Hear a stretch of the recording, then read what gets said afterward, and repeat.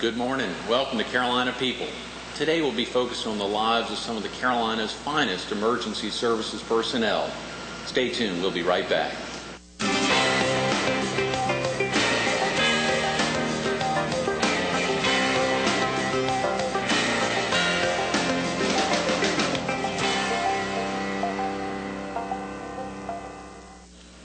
Good morning.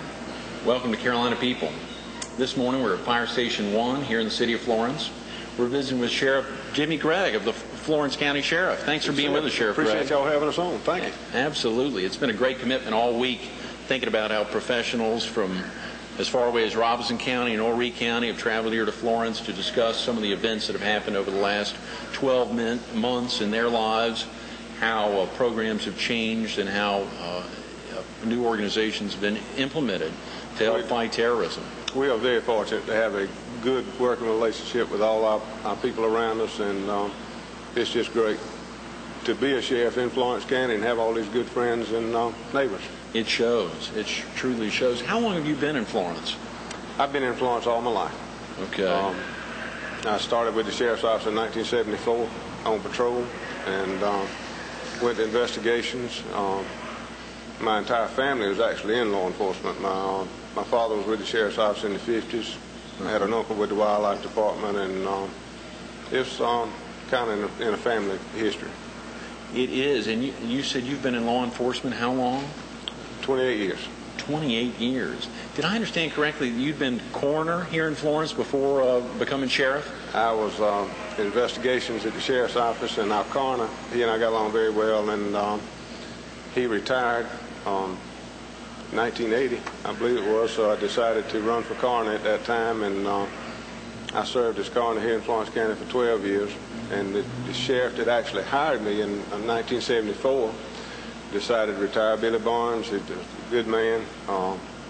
He decided to retire, and I was interested in getting back in the sheriff's office, so I decided to run for sheriff in 1992, and was fortunate enough to be elected then, and I've been sheriff since 92. Since 92, and it is an elected position. Right. Mm-hmm. What are your primary responsibilities as sheriff here in Florence County?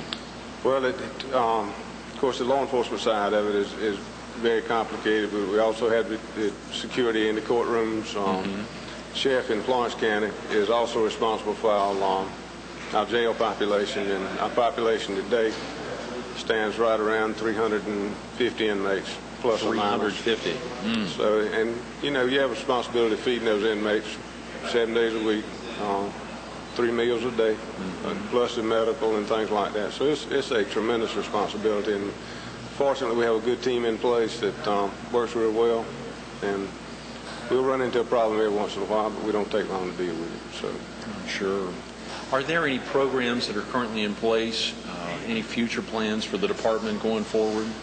Well, we have several community programs. I tell you, we have certainly tried to take a proactive approach to law enforcement rather than a reactive approach. And in doing that, we have to be involved in the technology fields. We have websites, we have forensic people that we try and keep updated on the newest materials, classes and things of that nature. But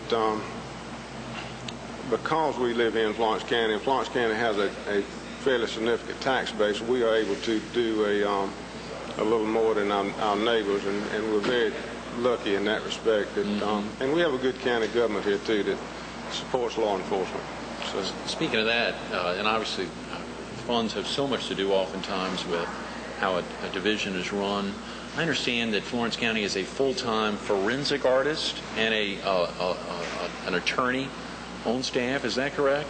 Right. We actually, our full-time forensic artist is also our polygraph operator, and he also keeps our website up.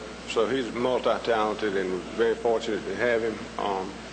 Several years ago, we saw the need to have a full-time attorney on staff where our officers could actually have somebody to go to right there. We can get our search warrants, have them prepared for the magistrates and judges to sign. It's been a tremendous asset for us. He's also our public information officer. We have several media outlets to deal with here in the county, and that's been a tremendous help, not only for us, but for those agencies to get the word out to the public on what's actually going on, what they need to know.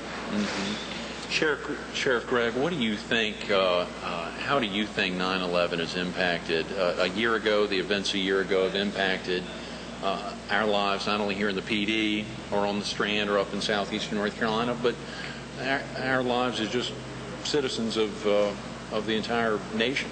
Well, I certainly think it's awakened us to the fact that we're not invincible, and being the community we are, where we're not a very large metropolitan area, I think we're fortunate in that respect that we don't have to look for the things that the larger cities or cities that are counties that have the nuclear plants and things of that nature, and we don't have that here, so we're fortunate in that respect. But I do think that it's certainly made us closer as a nation and as a county and our city to have that happen to us, unfortunately, and it's made us a lot better off and a lot closer. And have you heightened security in any specific areas of the county?